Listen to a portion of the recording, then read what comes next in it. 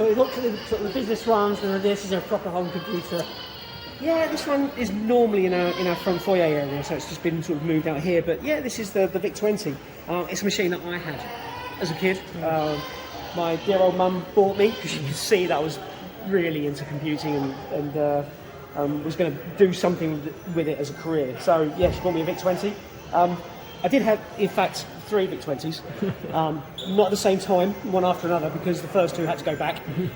So they, my experience of them at the time was that they weren't that reliable.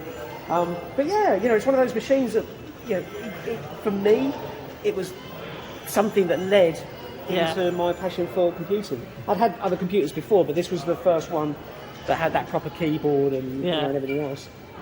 Later on, because our experience wasn't too great with them, I ended up with a BBC Micro, which is way more than my dear old mum could afford. But she put it on tick, paid every month for it, so most of my time was spent with the BBC Micro.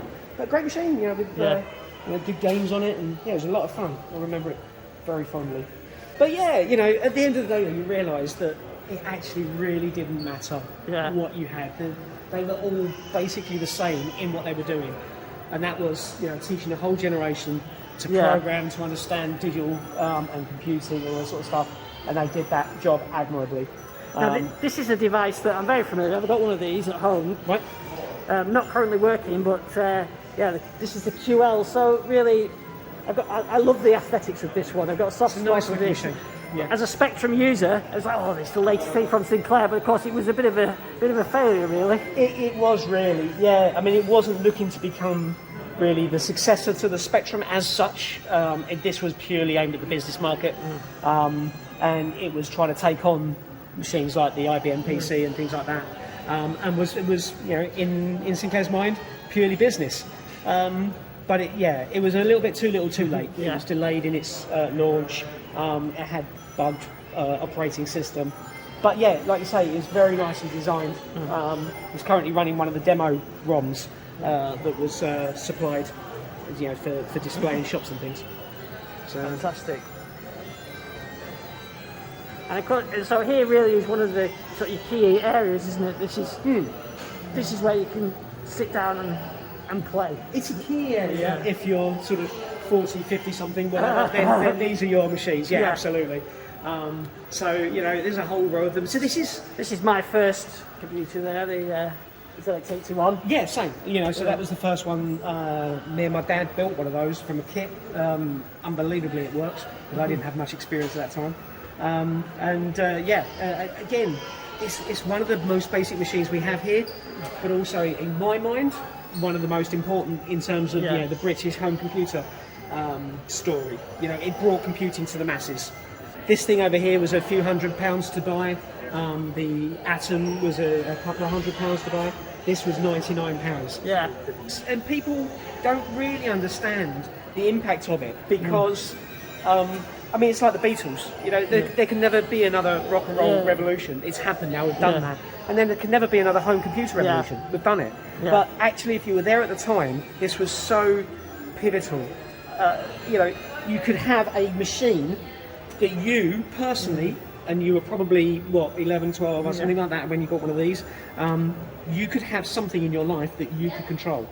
You're told what to do at school, you're told what to do by your parents when you get home, but you could tell this thing exactly what to do if you learnt the commands from the manual that came with it. Which is an excellent book. I definitely use this a lot, that book. It was, and it's really quite important. Now it's 1 kilobyte of memory. It's a black and white screen, or grey and black, whatever. It only loaded from tape. You couldn't get any sound on it. Not as standard. Really, really basic. But nevertheless, £99 meant a lot of people went out and bought these, even though they didn't really know what they were going to do with it. And that's important. So that's for me a really pivotal. And that's what led me to get the Spectrum and so on. So that started me on my journey. Well, the Spectrum, which we have a bit further down the line here, it's only a year later. So that's 1981. That's 1982. And look what changes. We've got 16 or 48K of memory. We've actually got a little keyboard now with moving keys. You had colour graphics now. You had sound, albeit sort of beeps, but you did have sound. So that's quite a big jump, really. And it's a year. Yeah. So again, really good indication of how things were changing so very quickly. But we call this kind of the 80s, 8-bit 80s Yeah. we call it. It's kind of not, really. It's really only goes up to about mid-80s, 85, and it stops. Yeah. Because in this country, most of that industry then really collapsed and fell in on itself. So by that time, the IBM PC was having too much of an impression, and standardization was necessary. People were bringing home floppy disks from work they wanted to use on their computer at home. Yeah. They couldn't. So we had to go over to a standard that everybody And of could course, use. and the kids gravitated towards consoles. Consoles were coming out. Yeah. Yeah, you had things like the Mega Drive and the SNES and all those sort of machines. So gaming kind of moved to them, and home computers become that little bit more boring. Yeah. They go that little bit more about business, about word processing, and later on email and things like that. So, but then it goes full circle, and now we've got computers that are very powerful that can play great games. I kind of went 1985. along from this era for me. It was then onto the Amigas and that era. So sort of late 80s we're on into the 16-bit machines, which we have over here. So you've got the Commodore Amiga and the Atari ST, really quite close to each other. Again, not fighting, which is nice. Well, that's a 1200. I had a 1200. Yep. Yeah. And a 500. So 500s were the more popular, I think. Yeah. But yeah, I mean the 1200 was a bigger, more expensive version. And these two machines are also quite important, not necessarily for the games and things like that, but they're a really good example of how the home computer market started infiltrating business or very specific niche areas. Yeah. So for the Amiga, although it was just a home computer, it started taking over in industries, especially things like TV and film and things, for doing on-screen graphics. So the Amiga was actually really quite good at that. So we had other systems that were incredibly expensive for doing TV graphics and things, yet they could go out and buy an Amiga for a few £100 and do the same. So these started showing up in studios and being used for the on-screen graphics. In the same way, the Atari ST started to appear in recording studios all over the country.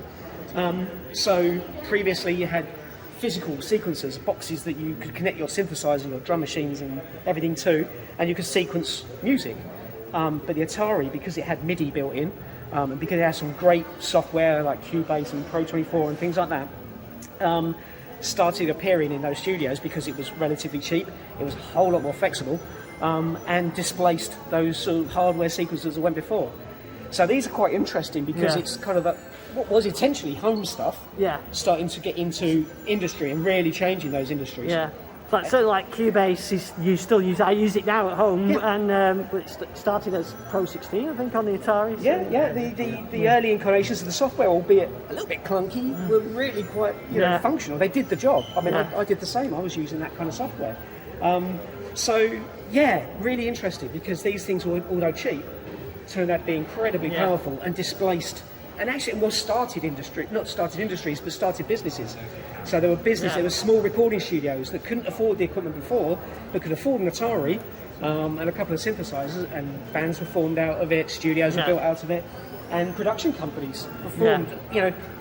Wedding videos, for instance, they were just somebody with a handycam, and all of a sudden they could do titling and sort of make it much more interesting. So, these two machines, again, we owe a lot for changing those industries. And a bit of a rarity here. This one is one I've never seen before. I didn't even know existed. So this is the Sinclair PC200. Now, is it a Sinclair? Not really. So it's really an Amstrad machine. So it's made by Amstrad. So this was after Amstrad had bought out Sinclair.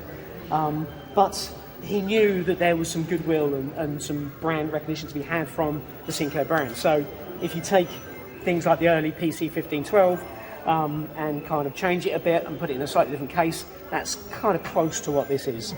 And it was just a way of getting that kind of machine into the home, still using the Sinclair brand to promote it.